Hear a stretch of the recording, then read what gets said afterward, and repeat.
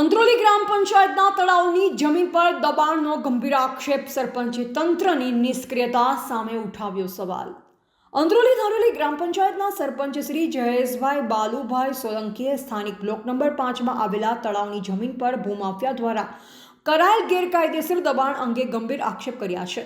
આ મામલે સરકારી તંત્રની સંપૂર્ણ નિષ્ક્રિયતા પર સવાલ ઉઠાવ્યો છે. સરપંચ શ્રી જયેશભાઈ સોલંકીના જણાવ્યા અનુસાર પેટ્રોલ પંપની બાજુમાં આવેલી આ તળાવવાળી સરકારી જમીન પર વર્ષ 2012થી પુરાણ કરી દબાણ કરવામાં આવ્યું છે.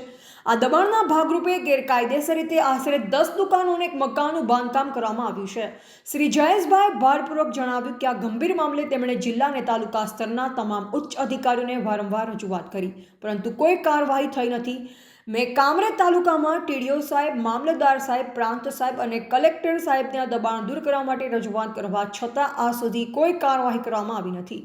સરપંચે નિરાશા વ્યક્ત કરતા કહ્યું, કાર્યવાહી નહીં થતાં આગામી રણનીતિની જાહેરાત. તંત્ર દ્વારા કાર્યવાહી ન થવા પર સરપંચ શ્રી સોલંકી આગામી સમયમાં ગ્રામજનો અને પંચાયત બોડી સાથે મળી આંદોલનાત્મક વલણ અપનાવવાની જાહેરાત કરી. જો આગામી સમયમાં કોઈ કાર્યવાહી નહીં કરવામાં આવે તો હું અને અમારા પંચાયત બોડીના સભ્યો તથા ગ્રામજનો સાથે એક મીટિંગ બોલાવવામાં આવશે. ત્યારબાદ અમે ટીડીઓ સાહેબ, પ્રાંત સાહેબ અને રાજ્યના ગૃહમંત્રી હર્ષ સંઘવીને પણ અરજી આપીશું, તેમણે જણાવ્યું હતું. સરપંચની આ ખુલ્લી ચેતવણીએ સ્થાનિક વહીવટીતંત્રની કામગીરીને ભૂમાફિયા સામેની લડાઈની અસરકારકતા પર મોટો પ્રશ્નાર્થ ઊભો કર્યો છે. રિપોર્ટર નરેશ ડી વ્યાસ, તંત્રી બનાસી પુકાર, બનાસકાંઠા.